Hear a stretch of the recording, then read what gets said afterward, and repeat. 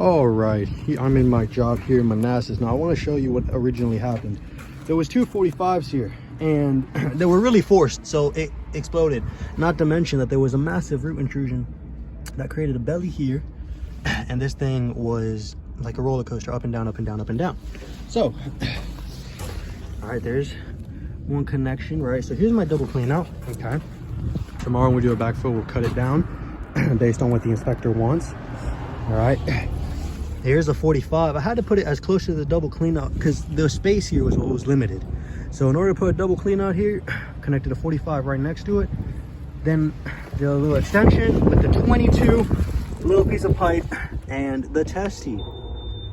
Right, then we go straight on to the slip-on coupling, and then that was original pipe, and right there where the dirt is where the cast iron is. So this is our connection, and it has phenomenal grade. I spent a while grading it. You can see it goes down. We're about to put tracer wire, but this is what we got right now.